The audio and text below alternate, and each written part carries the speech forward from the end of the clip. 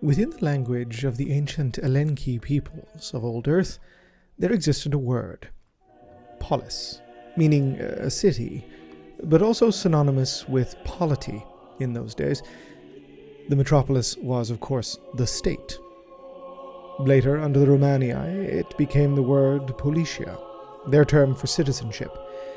For to be a citizen of that state was to be part of the state, an honorable privilege indeed. The term police would arrive later, coming to be applied to individuals that kept the peace of the realm for the monarch. For the preservation of the order that had emerged, bearers of the law, namely the laws of ownership and property, had to be created. The proverbial cudgel, held by those who owned, hovering over the heads of those they owned, lest the owned become restive and rebellious.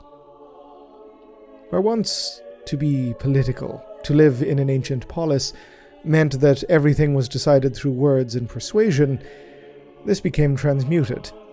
Now, action of the polis, of the state, of the monarch, of the system itself must be enacted through force and violence. This was the way of things in those ancient days past, and it is the way of our Imperium. Know then, that this is a record of the exactors of the Imperium's laws, the armored fist of the Lex Imperialis, a record of the Adeptus Arbites. The Adeptus Arbites is the law enforcement branch of the Imperial government, assigned to the application and execution of the tenets of the Lex Imperialis. As the police force of a singularly authoritarian regime, they are granted sweeping and brutal powers to accomplish their mandate, and are thus a symbol of fear for the vast, teeming hordes of the Imperium's population. This is something the Arbites pride themselves upon. Fear permits a form of passive repression, enforcement of the law through a pre-capitulation, the populace having already been cowed for fear of an arbitrator's shock maul smashed into their face. Arbitrators are wholly unforgiving of transgressions against the Lex, and they are empowered to act in the Emperor's name to bring swift retribution on anything they personally perceive as being in defiance of the law. They are magistrate, court, and executioner embodied. While ancient human texts may reference a past where the burden of proof lay upon the state rather than the defendant, this has never been the case within the Imperium of mankind. Only the wealthiest and most politically connected are permitted anything approximating a trial in a historical sense. And even then, those proceedings are more often than not for the sake of optics and propaganda rather than any true justice. To drag a nobleman into an imperial magistratum courthouse, to put him in the docks, is theatre, meant to satisfy rather than actually exact. The arbitrators are in many ways the distilled essence of the regime we labor under, the epitomization of the brutality Imperial citizens live by. A mailed, blunt fist, wielded in the name of the Lex by an individual who, regardless of qualifications or skill, is granted the power of life and death over the human herd. The foundation of the Arbites lies within the days of the Emperor's unification wars. As the fledgling Imperium solidified its grasp upon Terra, civilian government was required to administer the Emperor's new territories. One says civilian government insofar as it was a branch of the military regime coordinated by those who dwelled outside of military formations. All members of this government were beholden to Malcador the Sigillite, right hand of the Emperor, and thus, ultimately, the master of mankind himself. One of the first High Lord Civilian was the office of the Grand Provost Marshal of the Adeptus Arbites, whose first appointee, Uoma Kandawire, was a short-serving leader before her deposition, following the palace coup in the late 700s of M30. The coup was in and of itself an interesting first test of sorts for the Emperor in the robustness of his law enforcement arm. Ironically enough, Candewire's motivation for the coup had been based on her devotion to the balance of power between the citizens of the Imperium and the military government they were ruled by. Effectively, the first Grand Provost Marshal was attempting to return Terra to a time when laws served the people rather than the state. Subsequent Grand Provost Marshals have been less, idealistic. The office has been notably defined by those personages for whom the brutal repression of Imperial citizens, by the most exacting means possible, is the only recourse for the enforcement of the Lex in its totality. One is frankly bereft of examples where members of the Arbites have been anything other than the first and most willing tools for even the most corrupt and wayward of Imperial officials, should said officials be canny, connected, or powerful enough to wield them. The Adeptus, for example, rapidly sided with Gauge Van Dyer during the Age of Apostasy, becoming one of the tyrant's most dependable early tools of power projection, and a means by which he was able to consolidate ever more power under his rule.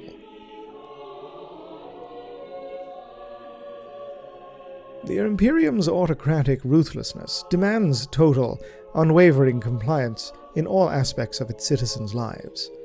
Servitude to the Emperor, and thus his eternal government and its agencies, brooks no question. The enforcement of the Arbites has nothing to do with the protection of the weak from the strong. The Imperium does not operate on such terms. Rather, it is fundamentally correct, in the Imperium's eyes, that the weak are cowed and submissive, and the strong are permitted to utilize and brutalize them however they see fit. The Lex Imperialis does not exist to ensure justice is delivered to the aggrieved and the wronged. It merely exists to perpetuate imperial authority. By the word of the Arbites, to allow otherwise invites an anarchy that would surely lead to the downfall of the state and the ultimate extinction of the human race. This is the persistent justification for the worst atrocities imaginable. Slaughters of discontented manufactorum workers, repression raids of suspected subversive gatherings, wholesale demolition of populated hab blocks for mere rumors of genetic deviances, and countless more besides.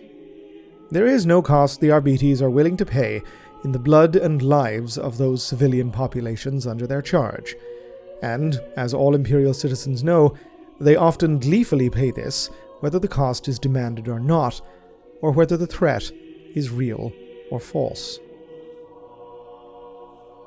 The Arbites are wholly unconcerned with crimes like petty theft, low-level corruption, embezzlement, slavery, blackmail, or even murder, provided such crimes are not committed in a manner that discredits them or the imperial regime in public, or in an embarrassing manner.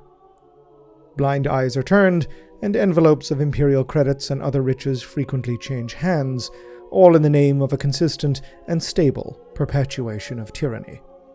The Arbites frequently permit infighting on worlds with unstable or vicious local political structures.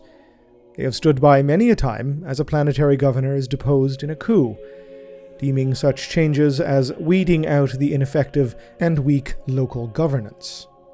That being said, the incoming replacement simply must be aligned with their goals. On hive worlds, they do little to intervene in the constant and often incredibly bloody gang warfare, seeing such internecine feuding as a natural byproduct of the environment and, handily, an outlet for potentially rebellious elements of society that would otherwise target they themselves. Where Arbites' intervention is mandatory, however, is when any such instability, any such petty crimes, threaten the local economy in a manner deemed to place the planet's obligation to the imperial tithe at risk. Industrial action, for example, is a common target for the Arbites. Squads of armored arbitrators ruthlessly demolishing barricades and bones of discontented workers, forcing them back into being productive Imperial citizens, loyal to the throne. Once again, the role of the Adeptus Arbites is not to discover crimes, but to be on hand when the Imperium decides to arrest a certain category of its population. Their chief political distinction is that they alone are in the confidence of the highest authority, and know which political line will be enforced at any given time. As mentioned, they have allowed planetary governments to be toppled, in ostensible violation of the Lex Imperialis, the deposed having been the justly appointed ruler under the Emperor's eyes, provided that the incoming ruler is more amenable to the goals of the government of Terra and a better hand on the tiller for the production of the planet's tithe. While the Imperium has the almost numberless might of the Astra Militarum at its disposal, the army has never, in regimes such as ours, been an effective tool for the maintenance of daily law and order, never mind their susceptibility to coming into opposition with the state's goals.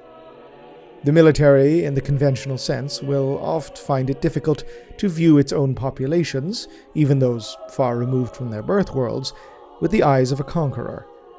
Those under the sway of the Imperium are treated, consistently, as rebels in waiting by its government. The most loyal of Imperial citizenry is never beyond suspicion. As the old adage of the Inquisition reads, innocence proves nothing.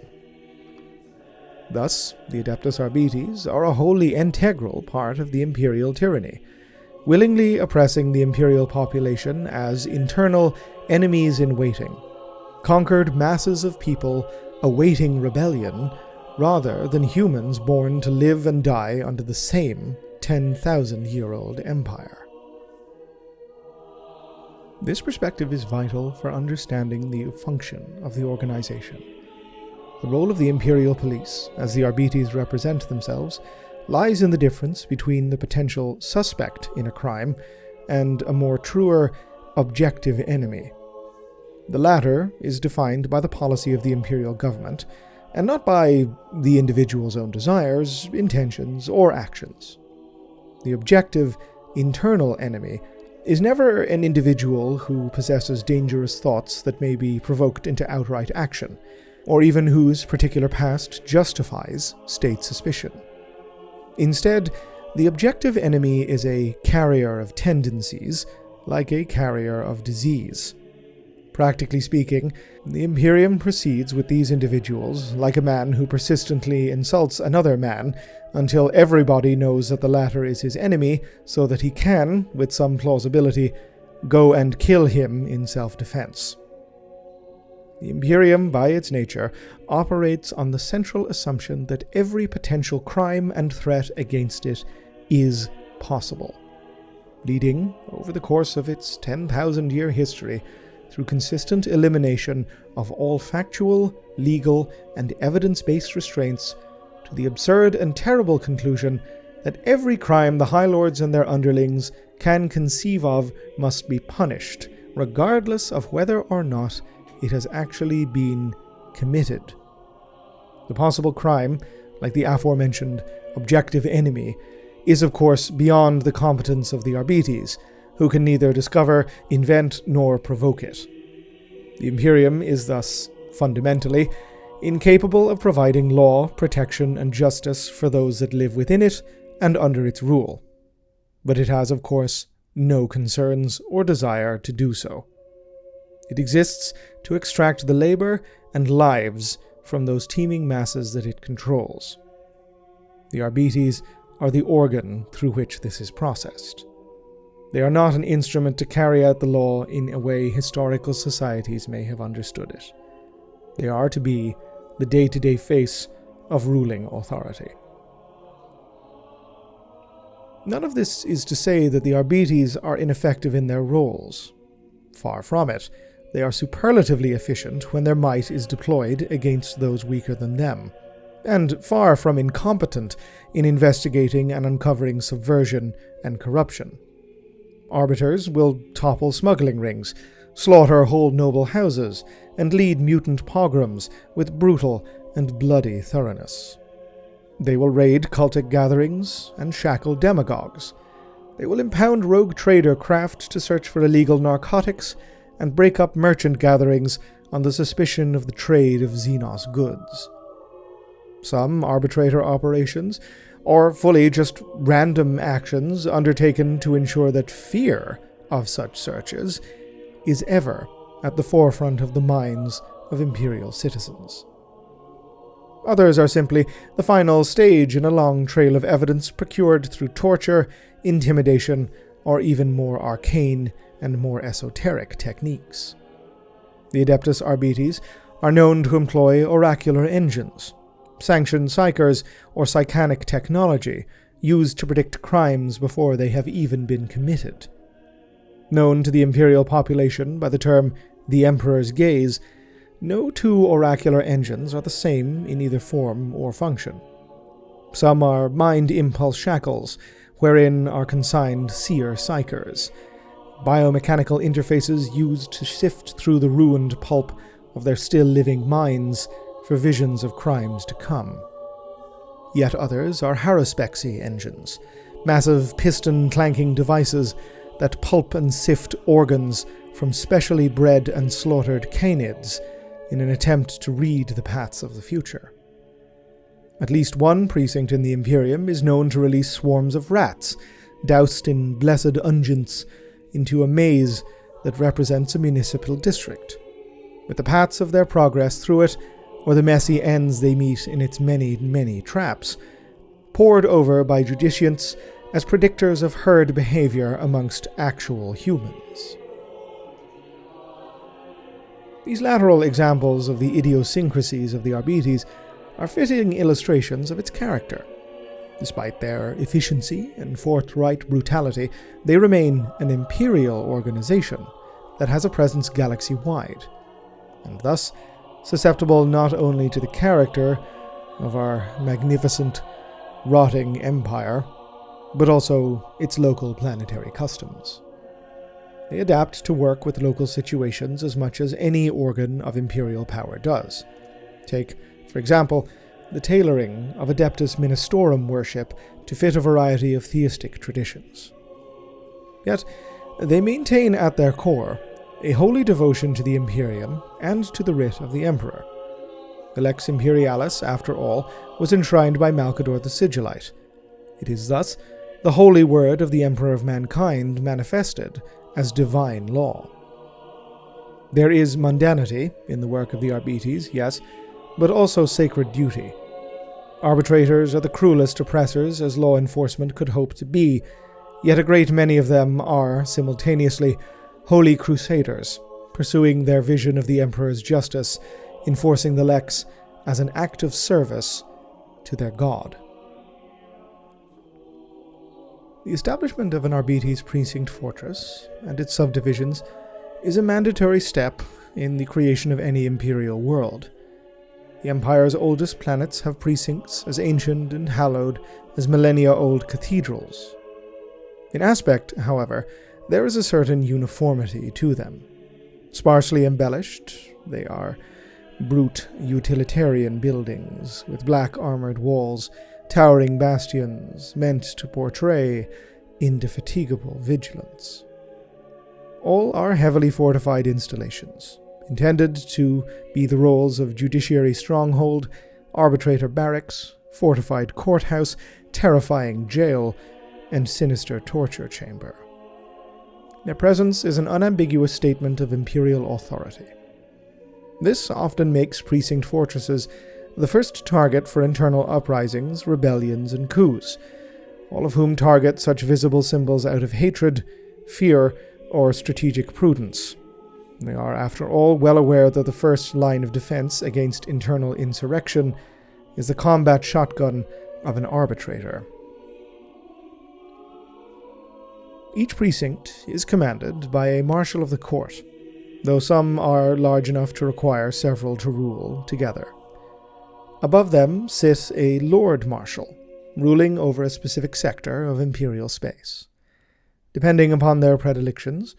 Some Lord Marshals grant the precincts under them huge degrees of autonomy, with internal procedures, arbitrator uniforms, promotion titles, and law-keeping priorities, all delegated to the local marshals of court.